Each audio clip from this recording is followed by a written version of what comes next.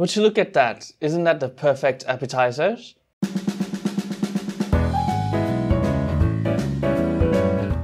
Sawadee krap and welcome back for another clip of Cook Thai with Momo, where Thai home cooking is possible for anyone, and that includes you too. If you have had Thai food before, I think you might have tried this dish as well as an appetizer. And that's what we are going to be cooking today, is Thai fish cake or Thot Man Pla. Now, my recipe is aiming to make it easier for all of you to make itself at home. It's not going to be super complicated, but at the same time we have to sacrifice some of the tastiness with the easiness. But it will still taste great and it's super easy to make at home by yourself. So let's get started. I'm going to start with the most important ingredients of the dish, the fish. Of course, it's the fish cake after all. So traditionally in this dish, we use a fish that is called pla krai, or English is knife fish. We use this fish for this dish and also other fish balls.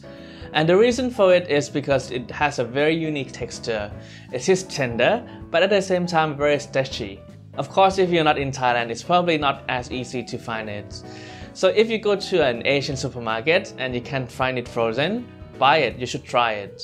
But if not, you can try other alternatives. What I'm using today is sea bass, and the reason for it is because I think it's close enough texture and it's easiest to find in most of the countries, I think. That pla kai or knife fish that we traditionally use in this dish is a freshwater fish and it's native to Thailand, so it's not easy to find, and it's not also very easy to find alternatives. Some people suggest the Vietnamese pangasius, or the other name is basa, but I don't think the texture is quite right. It's too soft for me. On the other hand, this sea bass is a little bit too chewy, but I think it's also the texture that you want to look for in this kind of dish too. So I'm going to fillet it first. If you know the fishmonger, probably they can help fillet it for you. But in my case, I can't speak Chinese here in Hong Kong, so I'm going to do it myself. Once you're done filleting it, you'll want to also deskin it. Put the skin side down and make a cut at the tail end of the fillet.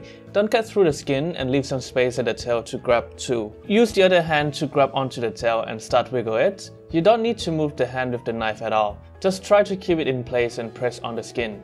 Do it with the other fillet too. And then cut it into smaller pieces so then you can process it easier later. And I'll have it here in a bowl, and I'm going to use hand blender. So if you have the food processor or mixer at home, you can use it too. But I think for this kind of amount, hand blender is the best. Use the hand blender to break down the fish a bit first. It'll be tough at the beginning, so you can add 1 to 2 tablespoons of cold water. When there aren't bigger pieces left, add 1 tablespoon of flour. Any kind of wheat flour would do. Then 1 tablespoon of red chili paste. I used packaged ones here, which is much easier. 1.5 tablespoons of fish sauce. 1.5 teaspoons of sugar. I'll use half an egg in this recipe, so beat it first and put half in. Then start blending it again. The longer you blend, the more chewy texture it will develop. Sea bass is quite chewy to begin with, so blend it until it's fairly uniform, or until when the mixture can hold itself when picked up like that. Then I'll add some vegetable into this too. This is long green bean, this is Thai version. The Western version is not quite the same, but you can kind of approximate it too if you want. And I'm going to just cut and remove the two ends. Then slice it into pieces. Then put them all into the bowl. It looks like a lot, but eventually they will all go into the fish meat.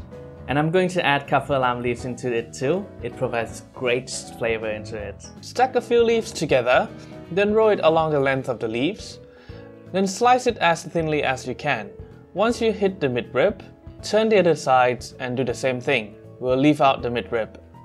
And finally, this is totally optional. Some Thais don't even put it in, but I like to put in these holy basil into the dish too. Pick all the leaves from the stem, then just roughly mince them into smaller pieces. Once you're done with all the vegetable, it looks like a lot, but it will eventually go inside. Just use 2 spoons and mix it up. So there you go, all the vegetables are already inside the fish paste. Then start cooking. I'm going to show you how I can cook it, and this is my setup. I have this pot filled with oil, and then I also have this thermometer. It's an oven probe.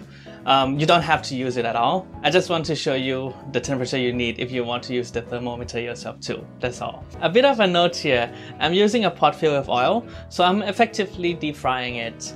If you don't want to use this much oil, you can also use pan to pan fry it too. You just need the oil level just enough to cover maybe half of the fish cake when you shape it up. The downside to it is you cannot shape the way you like it. I like to shape it in a ball shape.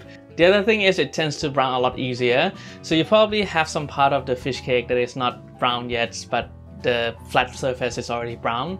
It's a matter of preference and also somewhat appearance too. So I now have the gas on. While we're waiting for the temperature to rise to the level that we like, I'm going to pick these leaves out first. These things are great as a little bit of crunchiness to the dish too. Once the temperature reaches about 150 Celsius, I'm going to put in the basil. For this, you only need to cook until there's no visible bubbling, then just fish them out. When you want to shape these fish balls up, most people will use their hands and a little bit of help from spoon. I don't like to use my hand because I need to handle the deep frying and also the shaping of the fish ball at the same time. So I will make everything a little bit messy. So what I normally do is I use 2 spoons and cover them with a little bit of oil, or even water would work.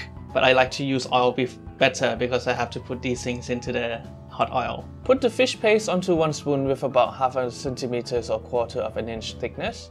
Once you get the shape right, push down the middle part of it so that it's not too thick.